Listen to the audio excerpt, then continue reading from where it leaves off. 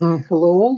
Uh, we continue our modeling music marketplace series, and I would like to continue talking about the content structure of Discogs database.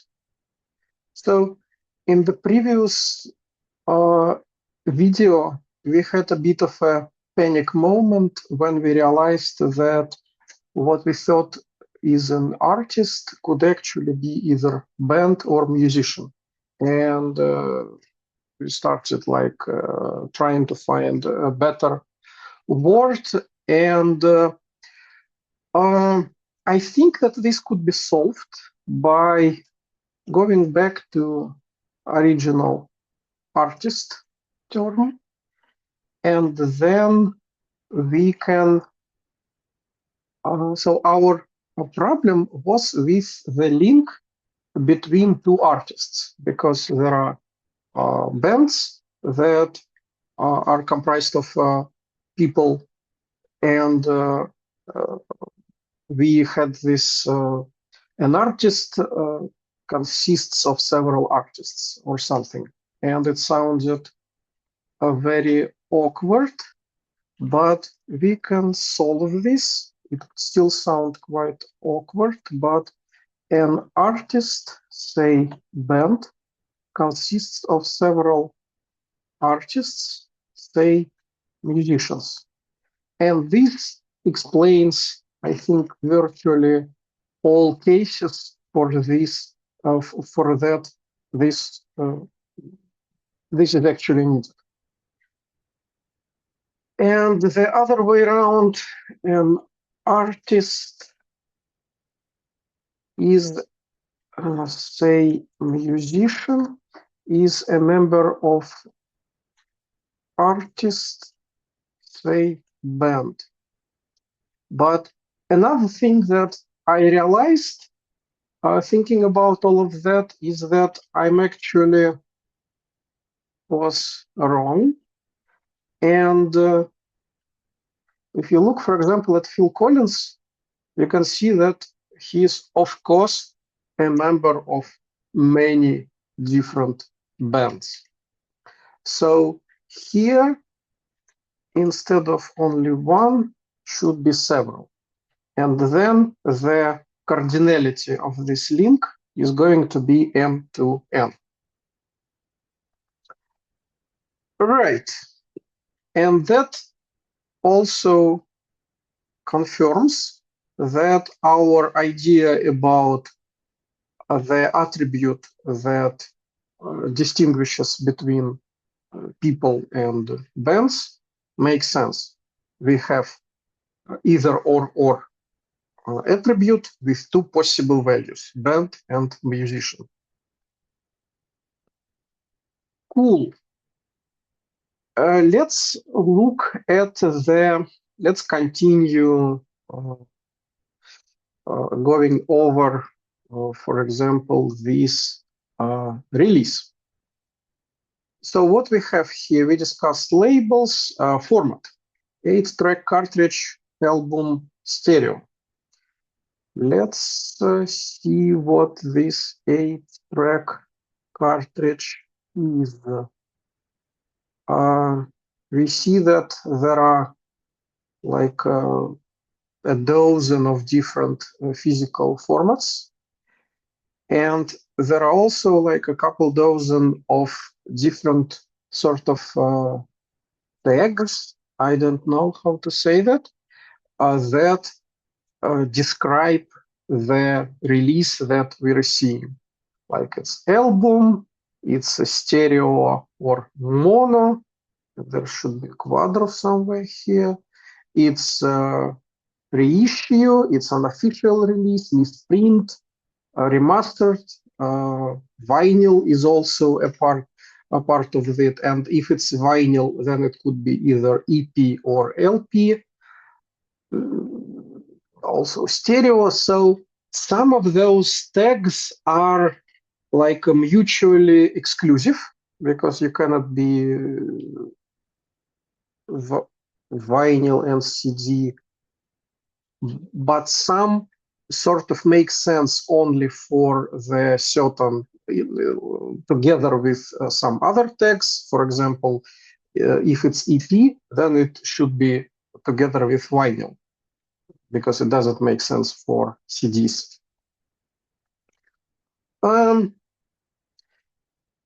This is the case where you have a bit of like a fuzzy list of attributes, but at the same time, those attributes have a bit of internal structure that I will just outlined. And when you're modeling this, you always have this sort of how much do you want to make it strict versus how much you can do it in a more fuzzy way, and then you can like validate the data by some external means. Like, for example, if you have a form to register the new release and you accidentally choose CD and LP, then the system is going to ask you, are you sure? Does it make sense? And we don't know how this is implemented in actual Discogs, and we don't want to go too deep at the moment and try to, by that I mean trying to discover some cases where we will have more, well, we will need more complicated structure behind this. Let's start with something simple and just declare that there is that it's just a list of things. One thing that I would probably still do is make like separate like a physical format, list of physical formats, and list of I don't know how to say that, like descriptions, maybe descriptive tags. This is also, we just choose something plausible, and then maybe we will find something more more precise. So let's have the first anchor physical format, and another is a descriptive tag.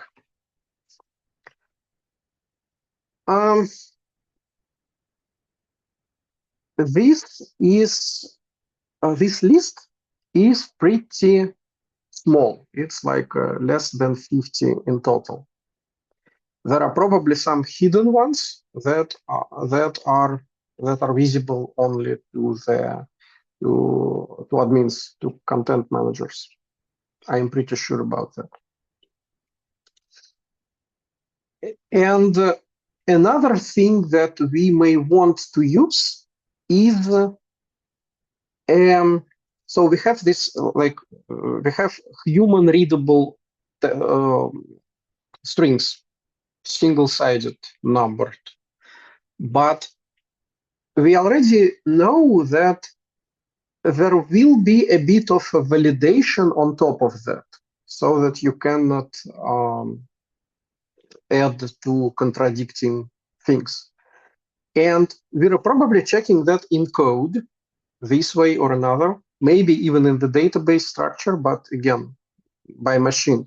And so we need some sort of machine-readable identifiers, so that it's a bit more reliable when you write the code, so you don't compare strings directly with the human readable thing.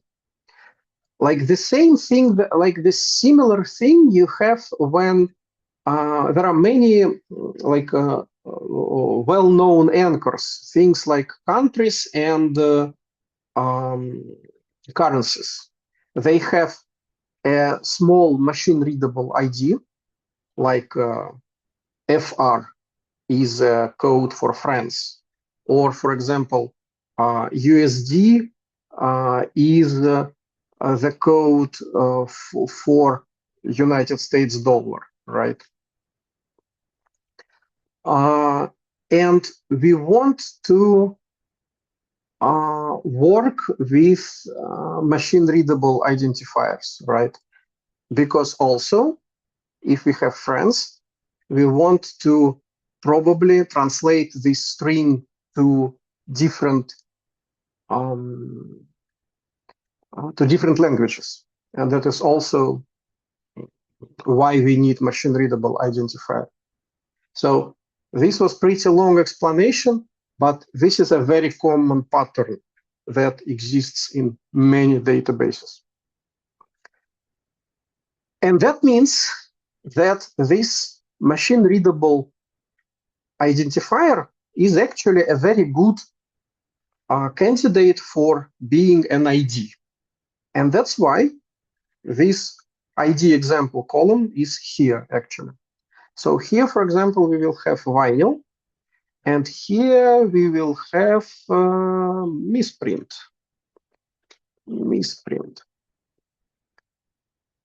Note that the strings are lowercase, and that's sort of that signals here that this is going to be a machine-readable format.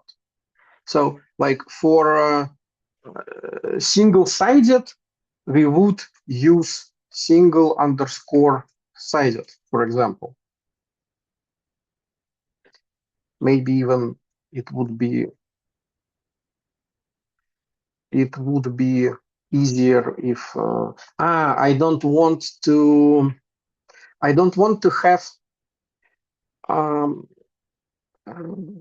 variation of a physical format, because I think that single-sided maybe goes together with vinyl. Yeah, sure, that's logical. So now we need to record the attributes of those small anchors. So we have a physical format. It's getting longer.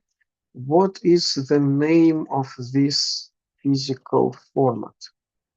It's string, and here we have vinyl in a normal human-readable way, right? The same for descriptive tag. What is the label maybe of this descriptive tag? It's gonna be misprint. Nice. Now we have a link between the release and both physical and descriptive tags.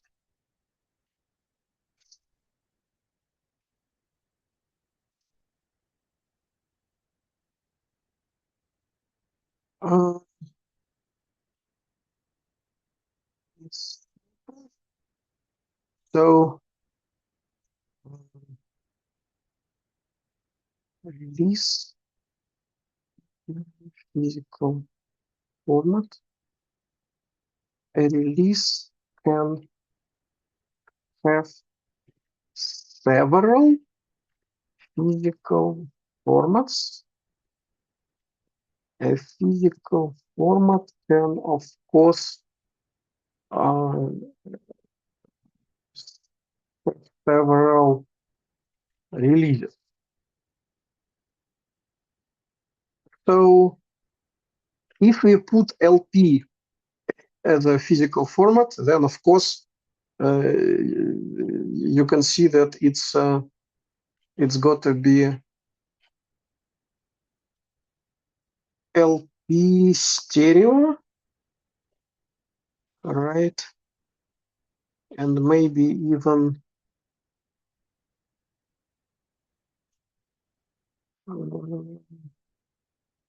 yeah, something like that. Okay. We'll have to find that's the hypothesis. Maybe we'll find something that contradicts that, and we'll have to fix that. And the same for so that means that it's M to N, and also the same for descriptive tag. Descriptive tag. Release can have several descriptive tags. And here it's also descriptive tag. So here too, it's sort of, we could have the single descriptive tag, but I'm pretty sure that we have to distinguish between the ones that describe the media and the ones that describe the release, like misprint or unofficial release or something like that.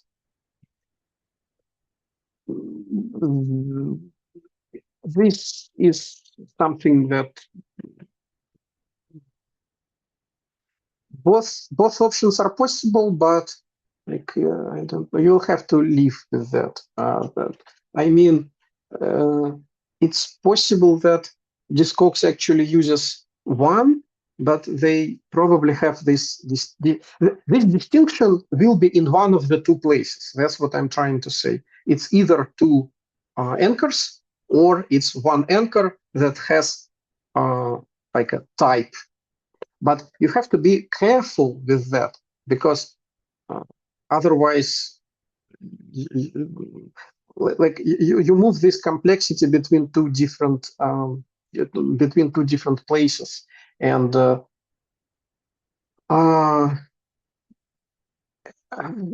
at some point you will have I don't know what I'm trying to say. I'm sorry.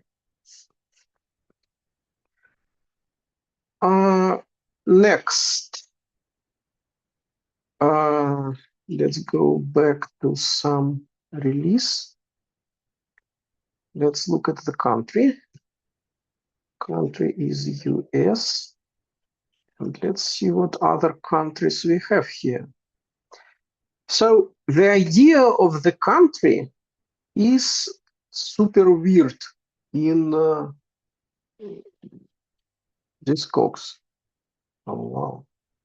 Because like even if you look at the URL, you see that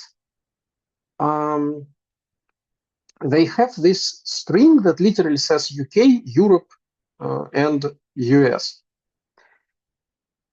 You also probably have some things are right here, Europe. Yeah. And separately, there is a country called US. So generally, country is a what we call a well-known anchor.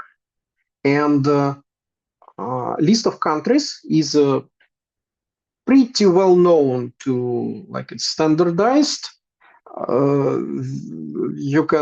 The best source is probably Wikipedia, right? But here what we have, it's not like countries per se. We can call it, I don't know, regions probably, because Europe is like more of a region, right? So let's have an anchor called region here. Again, this sounds like something where you want to have machine-readable ID and a human-readable label. And in the ISO standard for country codes, things like US, there is also a possibility to have custom regions that are not in the list of official countries, of well-known countries. You can have that for many reasons. And one of the reasons is, of course, like this, where you have the entire continent or several countries. And for that, you have this. So most of the countries are standard, but you also have pseudo countries that are called that start with X. So, for example, let's call it like this.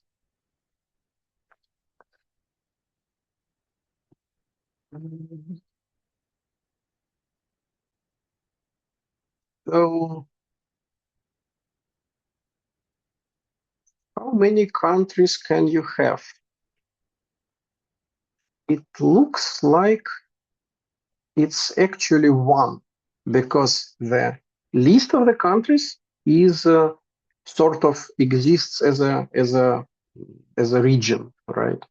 So let's put it like, and yeah, of course, like we use in UI, we use the word country, but for software development, we use region so that we could use region so that we better understand that this is not necessarily country, right? So, for example, if you want to find all releases that were released in US, like we just seen, you have to somehow know that you have to query for US or this special region that covers several continents, basically. So release and region. A release can be released in, it looks like that in only one region, and a region would have, of course, several releases. Only one.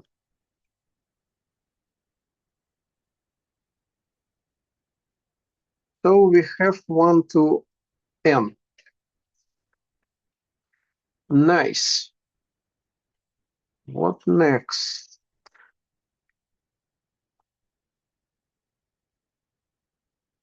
Uh, this one is interesting. Turns out that we have several labels for the same um, label. Uh, let's skip this for now, because to encode this, we need an idea of link attribute. We're going to discuss that a bit later. What is Scranton pressing? I have no idea. Country, released 1967. So what do we have here about the release date? When was this release released? Ah, right, yeah, we already encoded that, of course. Cool. Genre, rock. What do we have? Oh, it's gonna be, of course, super long. Rock. Most collected rock music. Yeah, we have a lot of rock. What other related styles of music? So Discogs distinguishes between genres and styles. And it seems that the release can be only in one genre, but it can be in in several different styles.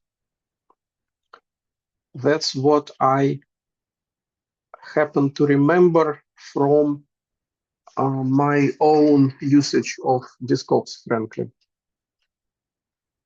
So,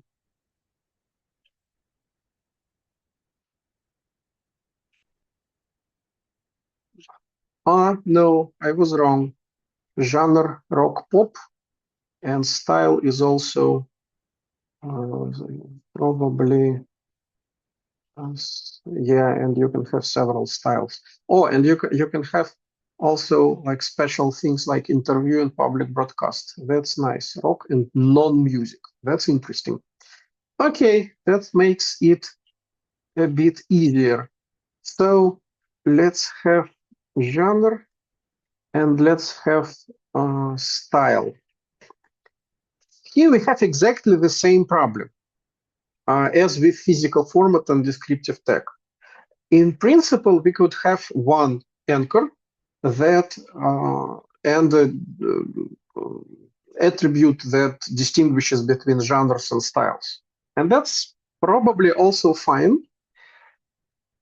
And it's also not clear exactly why Discogs insists on distinguishing those two, though it makes a bit of sense, I guess. And also, it's not clear if there are like, is psychedelic rock, does it have any link to rock as a genre or something like that?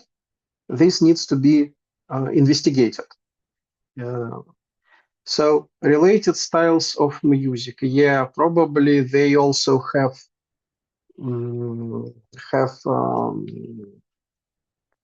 have this kind of links. So we have some simple things. Genre. What is the name of the genre? String rock and style. What's the name of this style? String. Psychedelic rock. Cool. Now links. So we know that.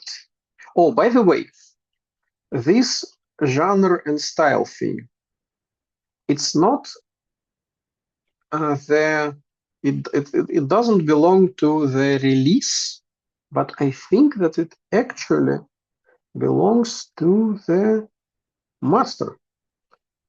Right, exactly. Because it's the same piece of music released in different format across the years. So it's gotta be album. Album genre.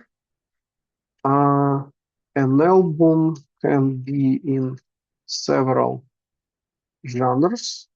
We confirmed that with an actual example.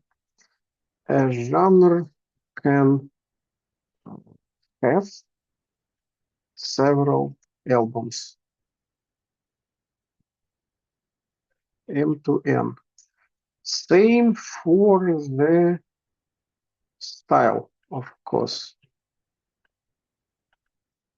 Style, styles, as style. And also the link between genre and style. I think that it would be sort of like a genre can have several styles, and a style belongs to only one genre.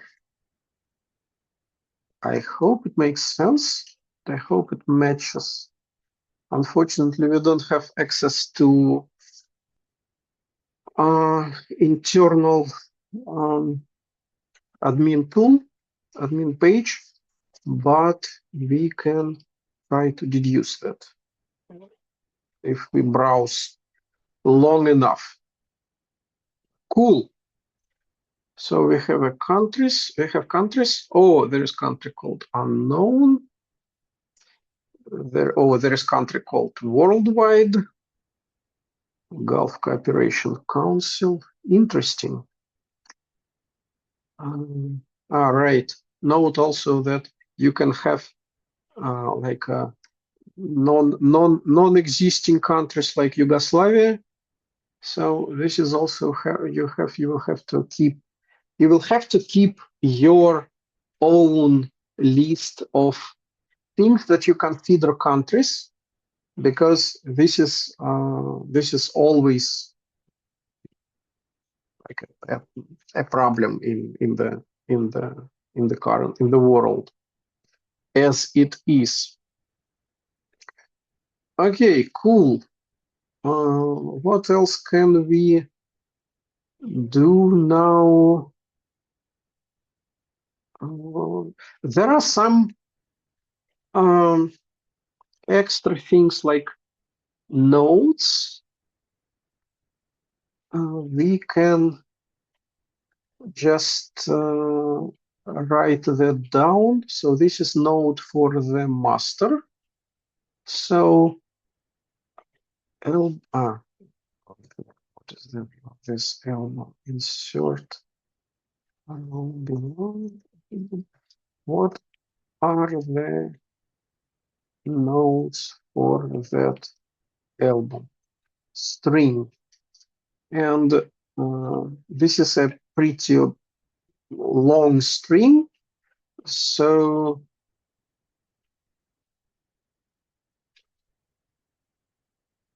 we can sort of show that by providing a long, like a longer string, right? Because uh, it very often helps to understand like the database if you see how much information is expected to be contained in this, because sometimes you can have in other uh, places you can have nodes that are actually very short. Okay, so what else can we quickly find? Yeah, there are what sort of makes me suspicious here is that in cases that we've seen, uh, it's always the same label, but it has several different labels, several different like those IDs. I don't know how to say that. What's the word? What's the proper word for that? Is it? But the way it's presented, it seems like it's possible to for the same release to be released by the same by two different labels. Maybe this is some sort of a holding and like sub-label. We will have to find more examples before we think about that. Here is an interesting example. So we have a release, we have a country, and it says released 1967. But if you remember, our attribute that we wrote down is a date. Here, apparently, we don't have precise information about the release date, and so, but we will know only the year. How to handle that? So what we can do is that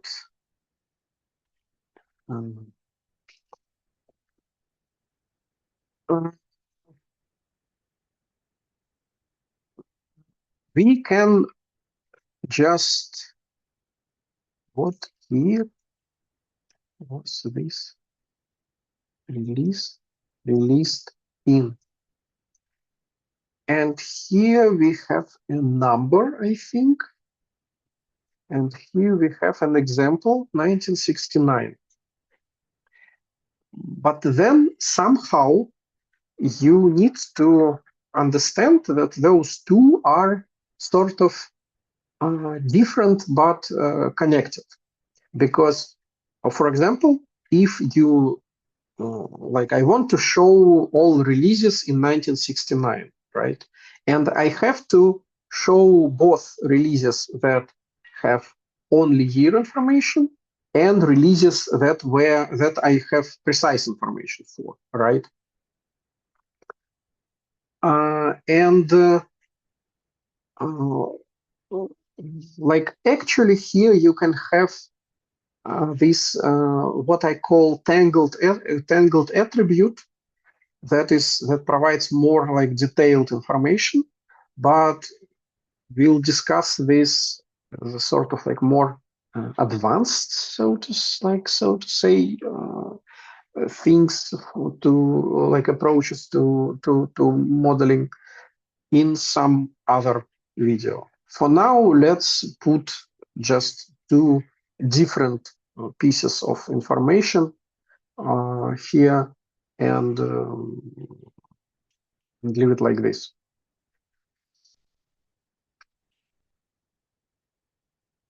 Handling dates and times in databases is an interesting topic, and also handling dates, like parts of the date, like here, not the normal date, but for example, a year. There are many important cases when you have to handle this. Like, for example, if you have a credit card expiration date, you have sort of year and month. How to uh, model this? That's a question. It's not super complicated, but it may be important. For books, for example, you can have things like the only thing you know about this book is the century. And you also have to somehow store this precision of the date that you know. Right, cool. I think that's gonna be enough for now. In the next video, we're going to start talking about the social aspects like ratings, collections, want list, and so on and so on. Thank you for watching. See you on the next one.